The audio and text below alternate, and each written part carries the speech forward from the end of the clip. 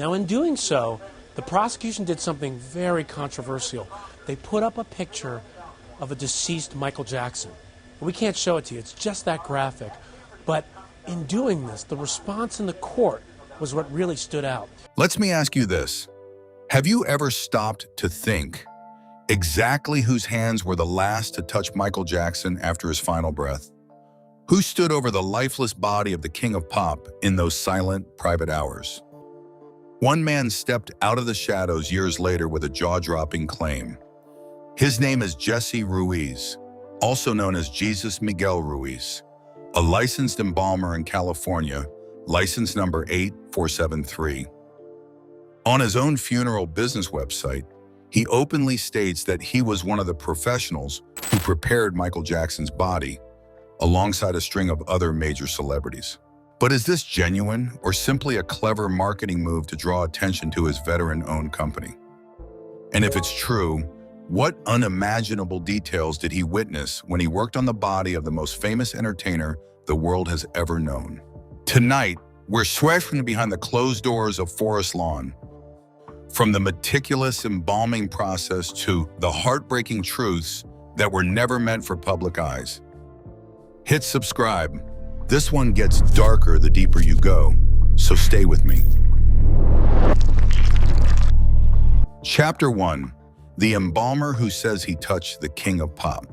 Let's meet the man at the center of this eerie claim, the kind of story that makes you pause and wonder just how close ordinary people can get to legends, even in death. Imagine stepping into a quiet, dimly lit office tucked away in Ontario, California.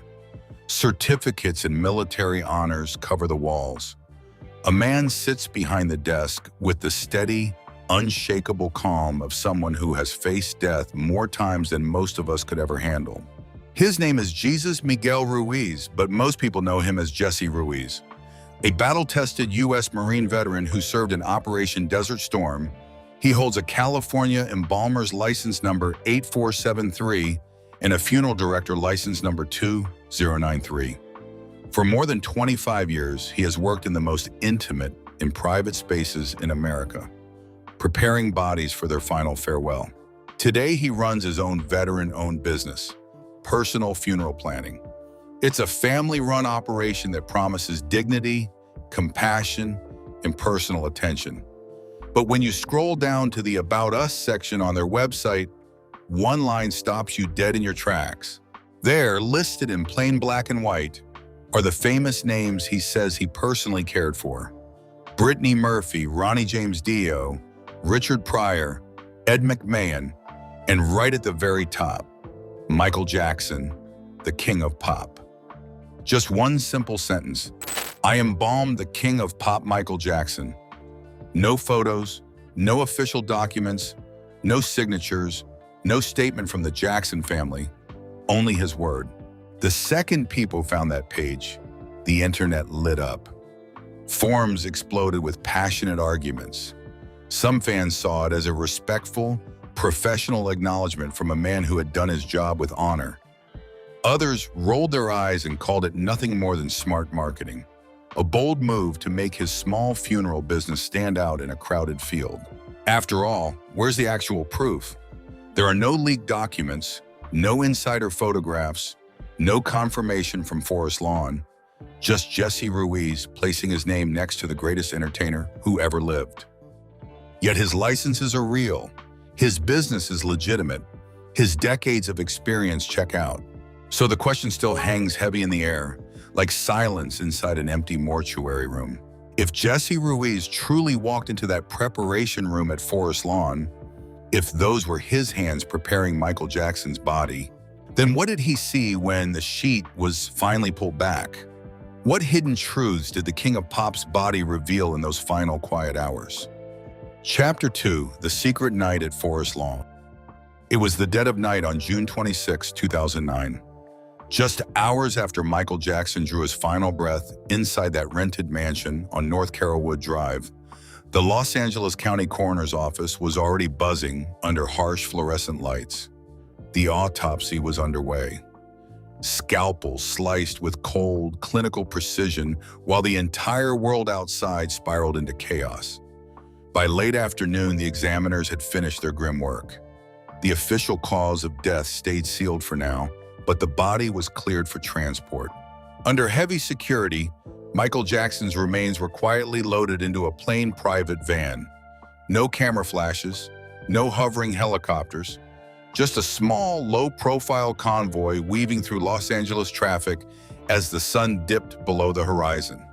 Their destination, Forest Lawn Memorial Park in Glendale, the final resting place of Hollywood's biggest legends. Inside the mortuary building, the tension was suffocating. The wall clock ticked past 8 p.m. as the team assembled. Veteran morticians moved with silent urgency. The lights in the preparation room were deliberately dimmed low. The air hung heavy with the sharp, stinging scent of chemicals and chilled steel. If Jesse Ruiz was really there that night, he would have been right in the middle of it. A seasoned embalmer with rock-steady hands and decades of experience. They all knew the clock was ticking against them.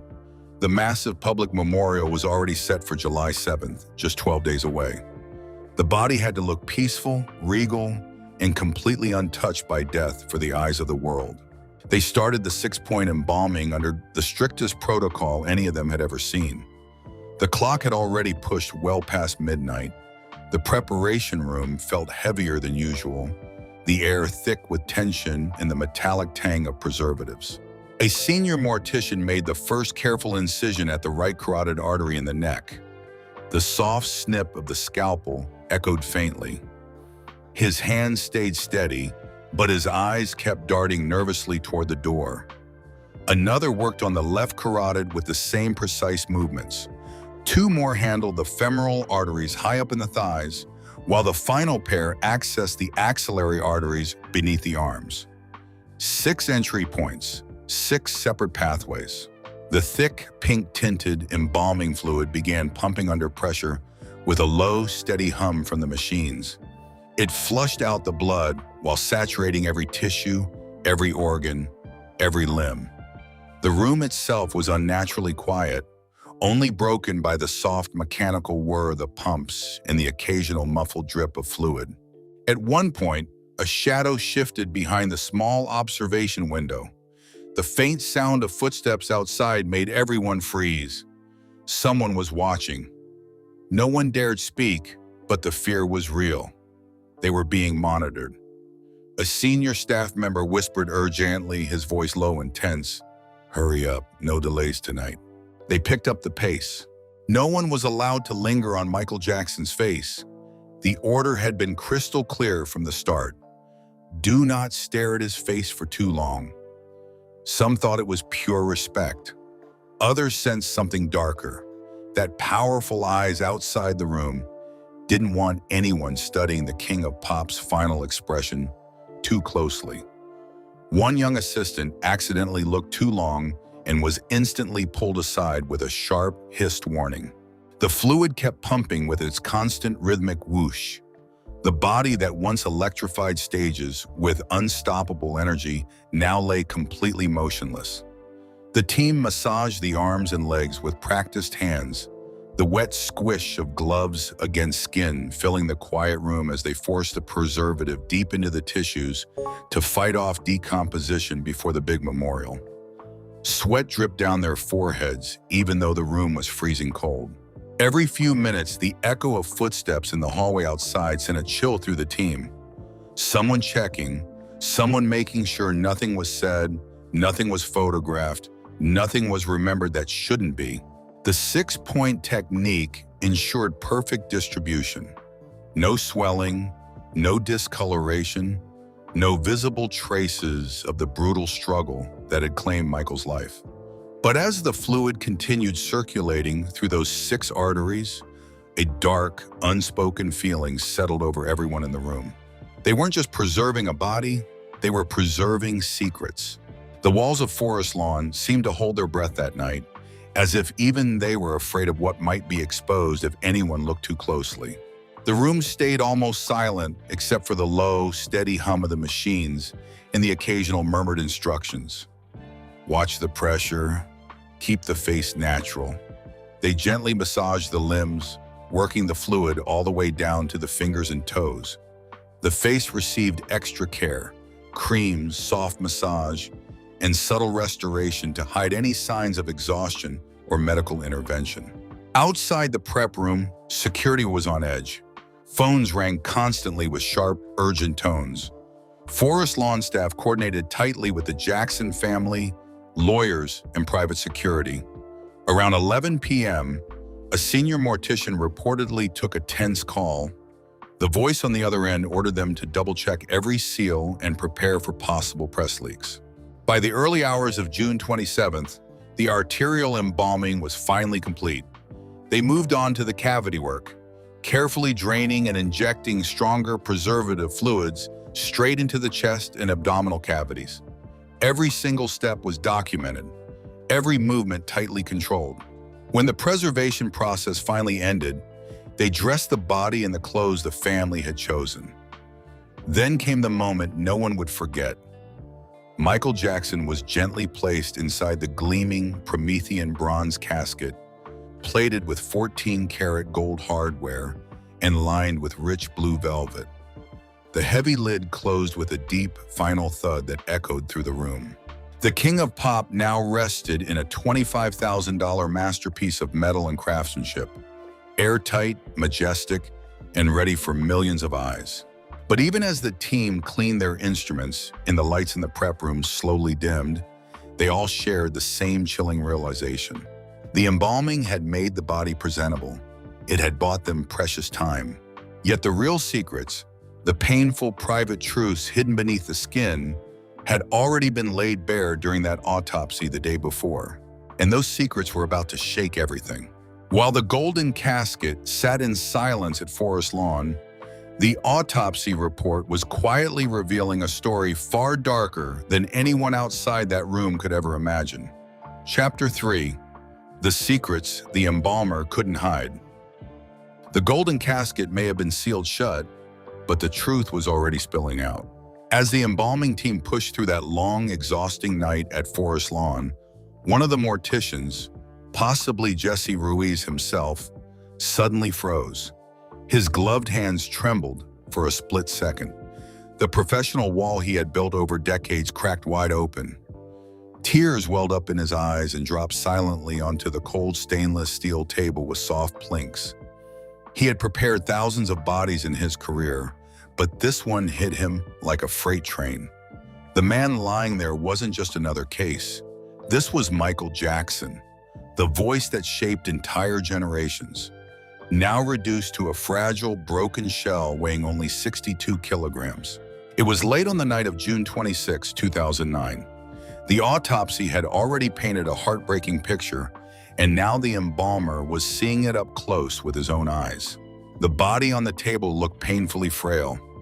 Standing 5 feet 9 inches tall, Michael Jackson weighed just 136 pounds. His once powerful physique, built from years of explosive dancing, now appeared completely worn out. Small bed sores dotted his back and hips, quiet evidence of the brutal, non-stop rehearsals for the This Is It comeback tour.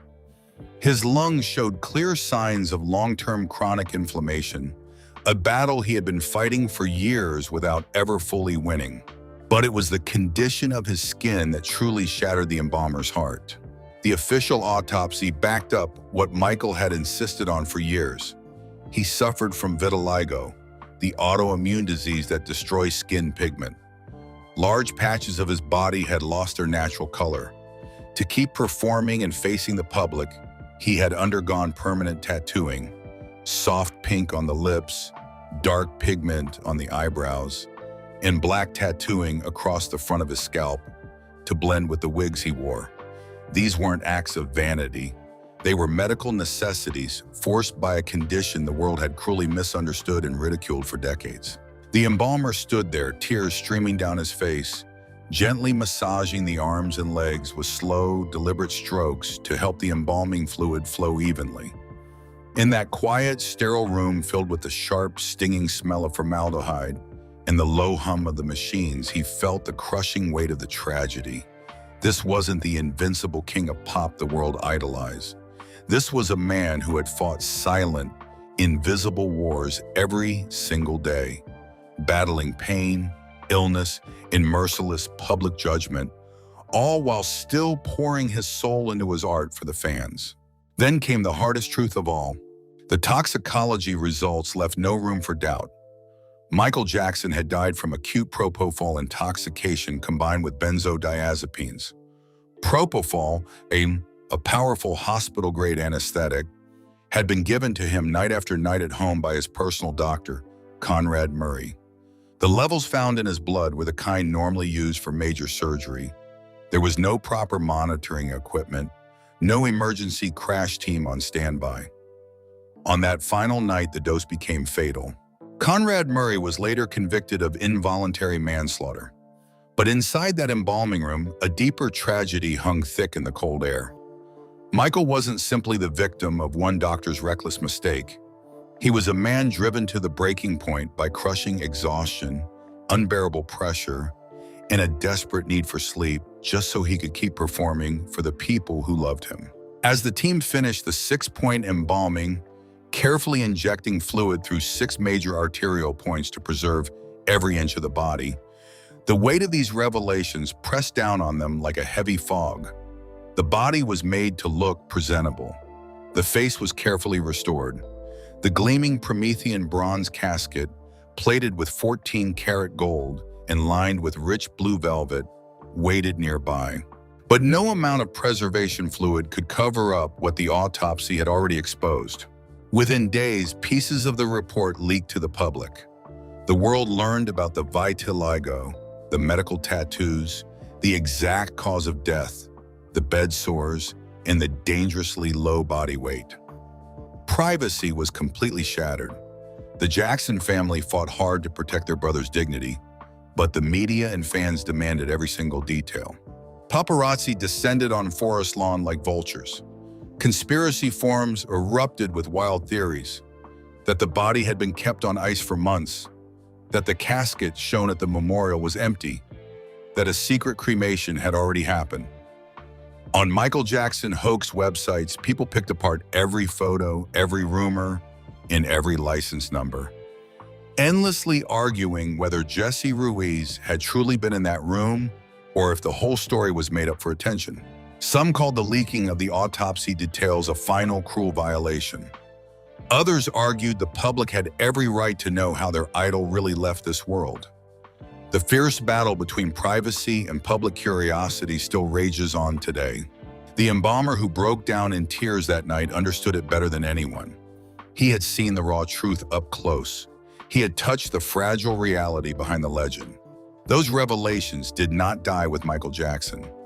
They exploded into the world and sparked debates that continue to this very day. Chapter 4: Shadows of Protection. The golden casket had been sealed tight. The embalming process was finished. But the real drama was only just getting started. In the days after those private preparations at Forest Lawn, the Jackson family found themselves caught in a living nightmare of fear and deep suspicion. Katherine Jackson, the strong-willed matriarch who had raised Michael and watched him rise to become the biggest star on the planet, was consumed by one terrifying thought: someone might try to steal her son's body. By early July 2009, the decision was final. Under the cover of darkness, the massive bronze Promethean casket was quietly moved from its temporary spot to a much more secure location deep inside Forest Lawn Memorial Park.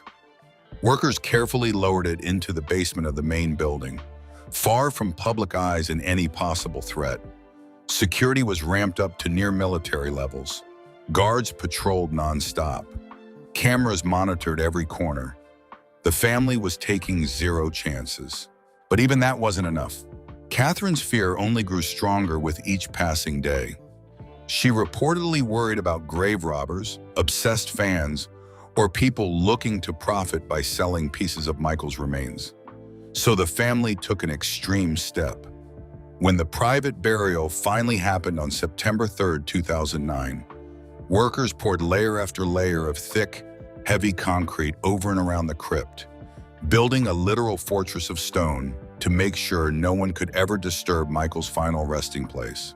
The official location was the Great Mausoleum, Holly Terrace, Sanctuary of Ascension, Distinguished Memorial, Crypt A. It is a completely private, locked section of Forest Lawn that the public can never access. Only family members with special permission are allowed near it. To this day, visitors can only leave flowers at the entrance. The actual crypt remains sealed and heavily guarded. Katherine Jackson was at the heart of all these decisions. She pushed hardest for the highest level of security. Reports say she kept her son's body preserved longer than expected, while the family argued behind closed doors about where he should finally rest. Some accounts even claim she considered bringing the body back to Neverland. But Forest Lawn was ultimately chosen for its tight privacy and long history with Hollywood royalty. The public memorial on July 7, 2009, at the Staples Center had already been watched by millions.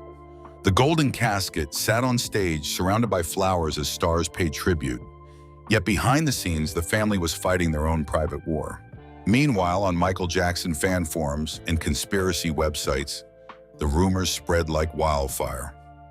Users on sites like michaeljacksonhoaxdeath.net picked apart every single detail. Some insisted the casket at the memorial was empty, claiming the real body had already been secretly cremated to prevent theft.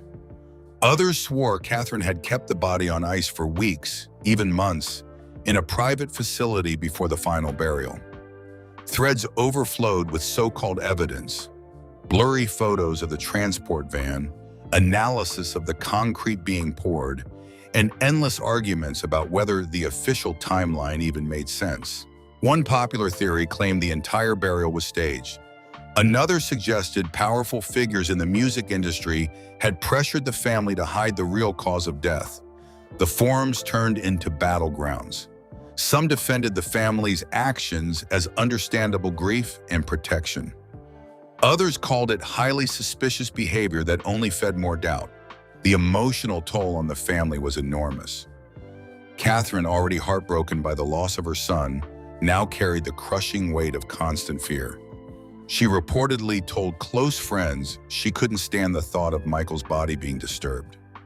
Her other children, LaToya, Jermaine, and the rest, stood beside her, but the pressure of public scrutiny and internal family disagreements made every choice agonizing.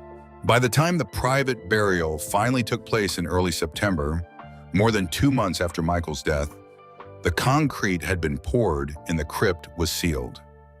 The family hoped it would finally bring them some peace. Instead, it did the exact opposite. The extreme security measures, the secret nighttime move, the thick layers of concrete, the locked mausoleum, only convinced conspiracy believers that something was being hidden.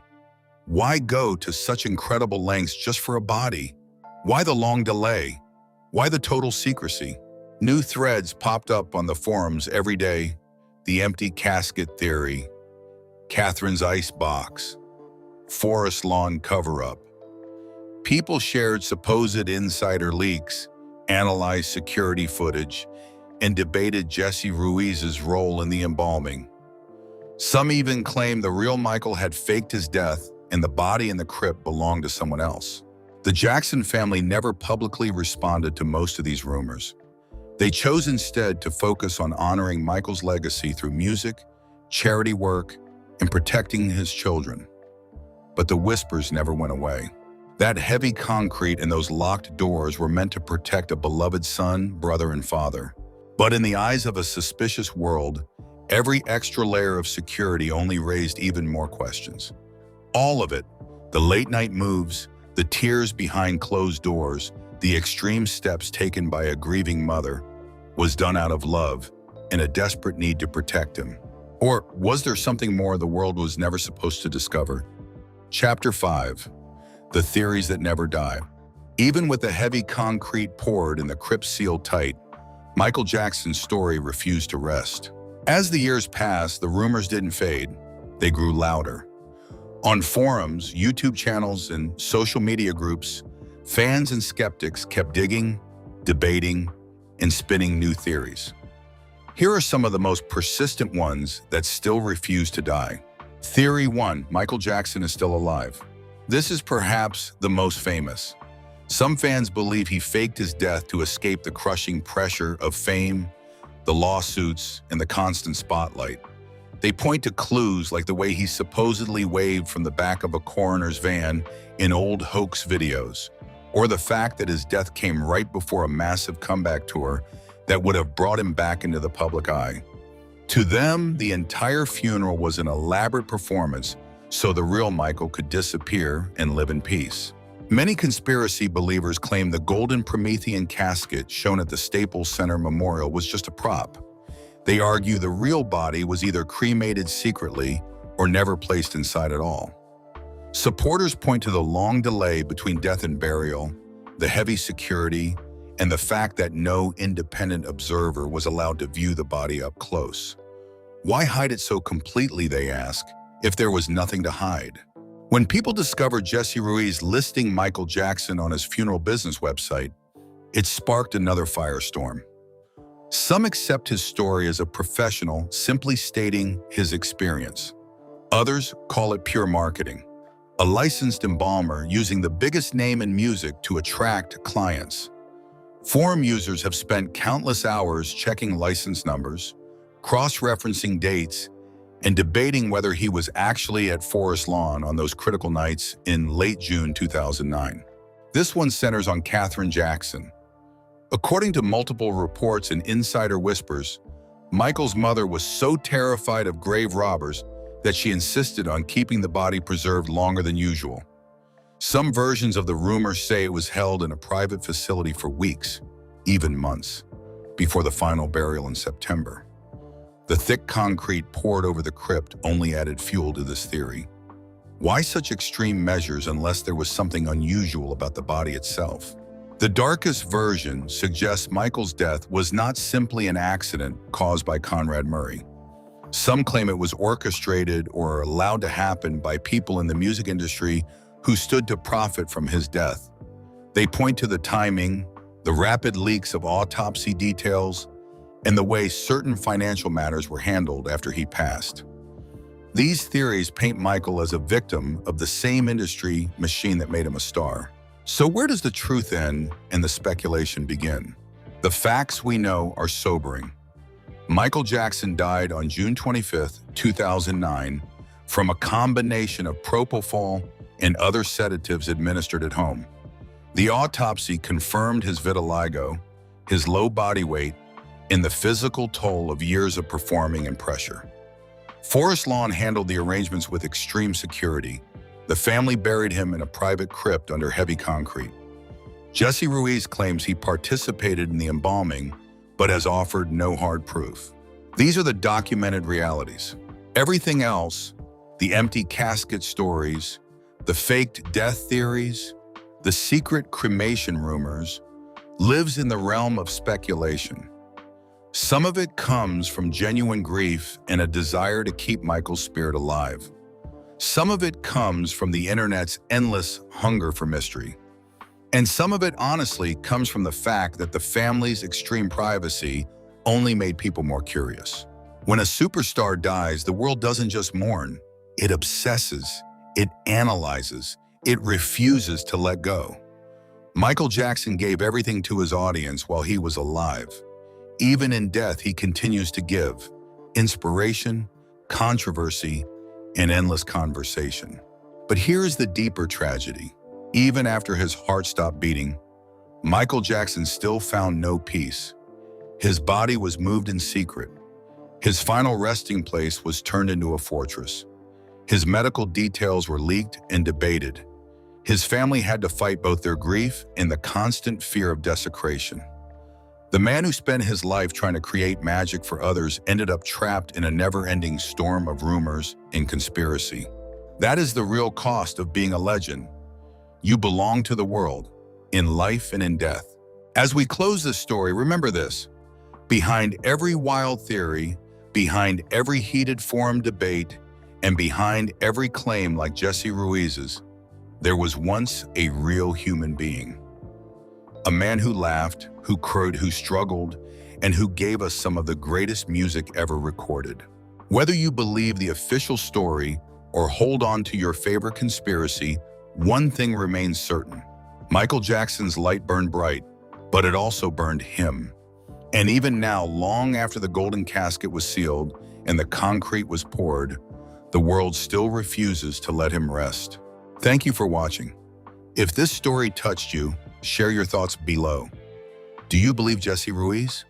Do you think the casket was empty? Or do you simply believe a grieving family did what they had to do to protect their son?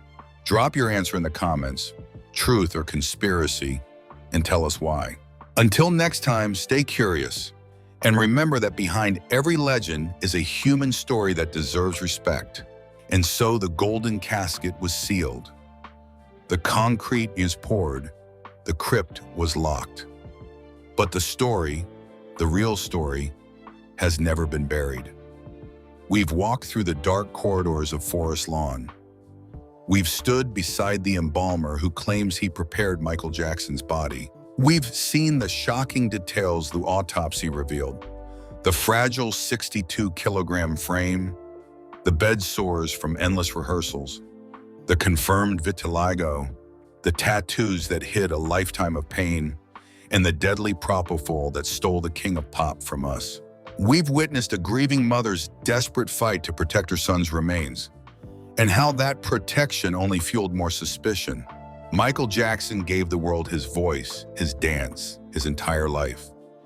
And even in death, the world still refuses to let him rest. So I ask you now, right here, right now, do you believe Jesse Ruiz is telling the truth? Comment below with just one word, true or fake, and tell us exactly why. Did the casket hold a legend, or was it empty all along? Was this a tragic accident, or something far darker? Your voice matters. Drop your thoughts in the comments. The most honest and thought-provoking replies will be pinned. If this video opened your eyes, hit that like button, share it with every Michael Jackson fan you know, and subscribe to Black Legend. Turn on notifications, because we're not done uncovering the hidden truths behind the world's greatest icons. Next time, we're going even deeper. Until then, rest in peace, Michael. The world may never stop talking about you, but at least here, we try to tell the story with respect. I'll see you in the next video. Stay curious, stay respectful, and never stop asking questions. Chapter 5. The theories that never died. Even with the heavy concrete poured and the crypt locked down tight, Michael Jackson's story refused to stay buried. As the years went by, the rumors didn't fade away. They only grew louder and wilder. On forums, YouTube channels, and social media groups, fans and skeptics kept digging, arguing, and creating new theories. Here are some of the most stubborn ones that still refuse to die. Theory 1. Michael Jackson is still alive. This is probably the most well-known. Some fans are convinced he faked his death to escape the crushing weight of fame, the endless lawsuits, and the non-stop spotlight. They point to supposed clues like blurry footage of him waving from the back of a coroner's van in old hoax videos, or the timing of his death right before a huge comeback tour that would have thrust him back into the public eye. To them, the whole funeral was an elaborate show, so the real Michael could quietly disappear and finally live in peace. Many conspiracy believers insist the golden Promethean casket at the Staples Center Memorial was nothing more than a prop. They argue the real body was either secretly cremated or never placed inside at all. They highlight the long delay between death and burial, the extreme security, and the fact that no independent person was allowed to view the body up close. Why hide it so completely, they ask, if there was nothing to hide?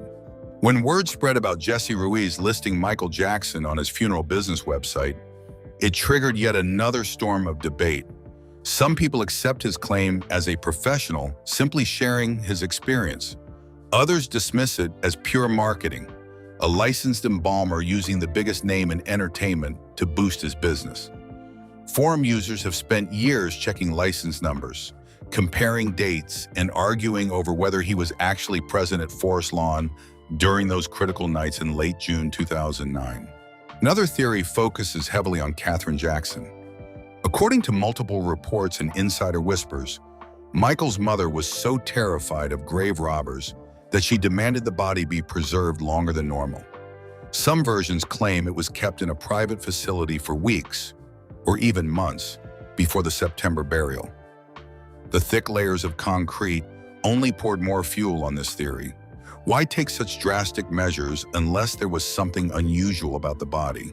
The darkest versions suggest Michael's death was no simple accident caused by Conrad Murray. Some believe it was deliberately orchestrated or quietly allowed by powerful people in the music industry who stood to gain from his passing. They point to the suspicious timing, the quick leaks of autopsy details, and how certain financial matters were handled afterward. These theories paint Michael as another victim of the same ruthless machine that once made him a superstar. So where does the truth stop and the speculation begin? The facts we know are sobering. Michael Jackson died on June 25, 2009, from a combination of propofol and other sedatives given to him at home. The autopsy confirmed his vitiligo, dangerously low body weight, and the physical damage from years of intense performing and pressure. Forest Lawn handled everything with extreme security. The family buried him in a private crypt under heavy concrete.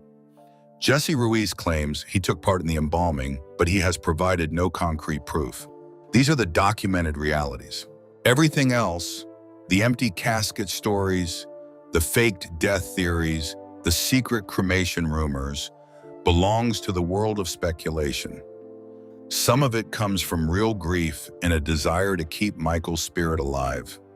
Some of it comes from the internet's endless appetite for mystery.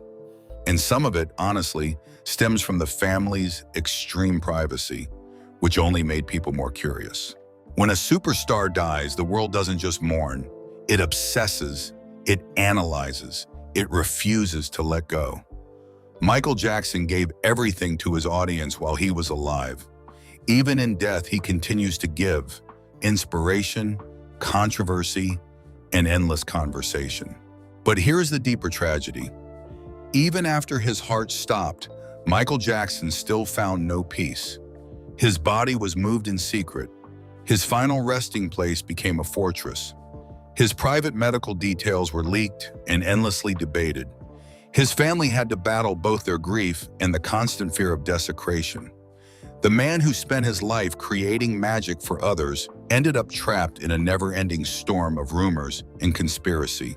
That is the real price of being a legend. You belong to the world, in life and in death. As we close this story, remember this. Behind every wild theory, every heated forum debate, and every claim like Jesse Ruiz's, there was once a real human being. A man who laughed, who created, who struggled, and who gave us some of the greatest music ever recorded. Whether you believe the official story or hold on to your favorite conspiracy, one thing remains certain. Michael Jackson's light burned incredibly bright, but it also burned him. And even now, long after the golden casket was sealed and the concrete was poured, the world still refuses to let him rest. And so the golden casket was sealed, the concrete was poured, the crypt was locked. But the story, the real story, has never been buried. We've walked through the dark corridors of Forest Lawn. We've stood beside the embalmer who claims he prepared Michael Jackson's body. We've faced the shocking truths the autopsy revealed. The fragile 62-kilogram frame, the bed sores from endless rehearsals, the confirmed vitiligo, the tattoos that hid years of pain, and the deadly propofol that took the king of pop from us. We've witnessed a grieving mother's desperate fight to protect her son's remains, and how that protection only sparked even more suspicion. Michael Jackson gave the world his voice, his dance, and his entire life.